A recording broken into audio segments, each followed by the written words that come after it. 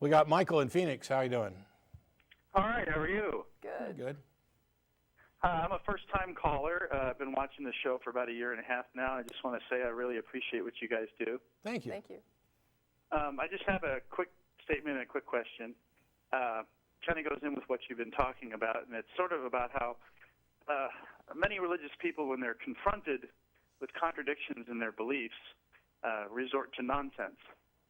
And I find it funny that many religious people I encounter, I'm an atheist, seem to think that they can prove the existence of God with a carefully worded sentence. And they don't seem to realize that sometimes they also undermine their own arguments with their own sentences. So I wanted to ask you guys about an experience I had several years ago when I was getting ready to get married to a person who was a believer. Mm-hmm. And we were getting some pre-marriage counseling with a pastor. Yeah, religious, of course. Knew that. Yes. Okay. Yes. I was trying to be accommodating. And the pastor asked me how committed I was to this marriage, and I said something to the effect of, well, for the rest of my life. And then as an afterthought, I just said, well, and after that, too, because, I'll be dead, but I'll never marry anybody after that, so, for forever. Mm-hmm.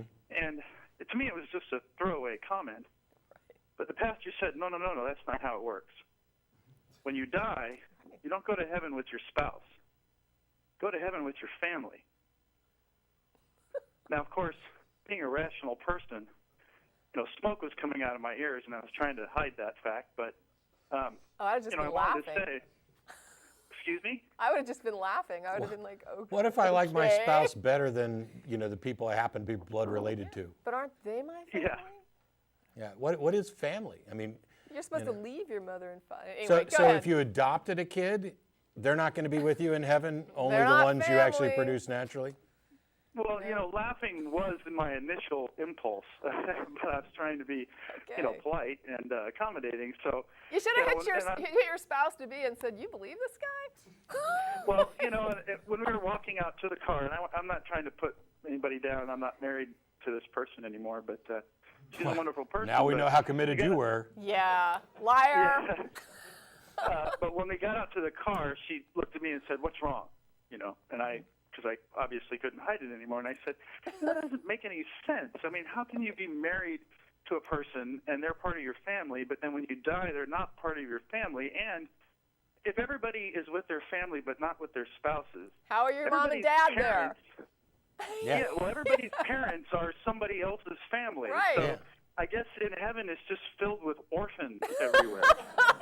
And Exactly. just clusters of parentless children everywhere. And Yeah, that's which doesn't it. seem to coincide with what we've been taught. So I guess my only question to you guys about this is, isn't it amazing that when people think that they can explain something like that just off the top of their head, even though it's not really even in their book? I was just about to ask you what religion was this? Like what sect?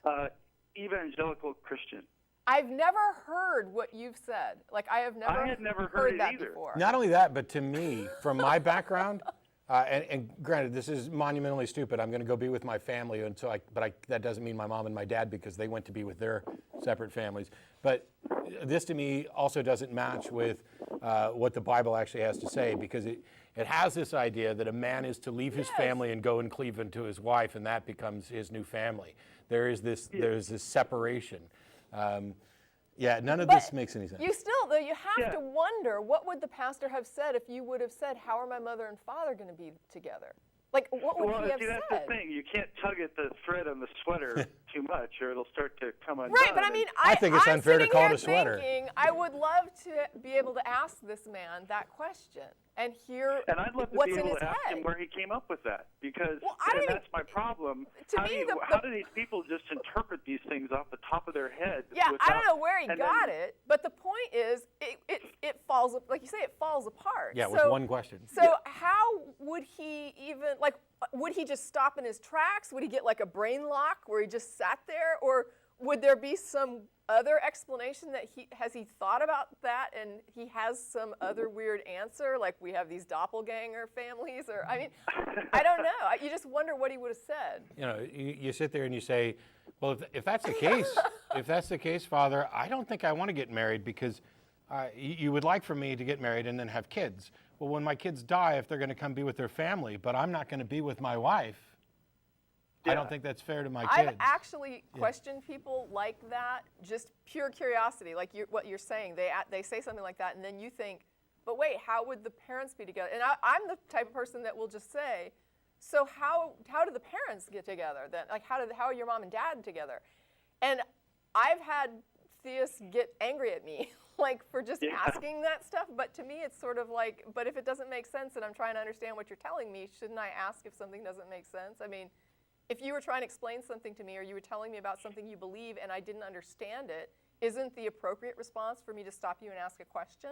Like, that's how I see it. I don't think it's rude. I think it shows that you're interested in what the person is saying to you.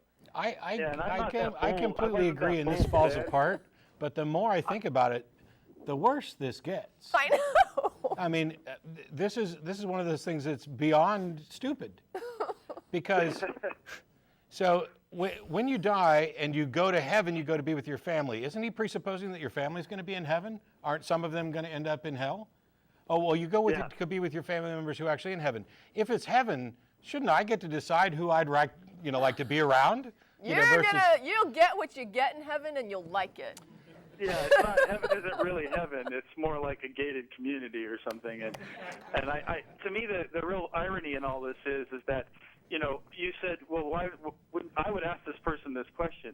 Back then, I wasn't the kind of person who was going to, be confrontational. I wouldn't even consider it confrontational as the problem. I would just be like, well, I don't understand. Well, it's not confrontational. It's just logical. But now I am much more like the kind, especially because I've been watching your show for the last year and a half.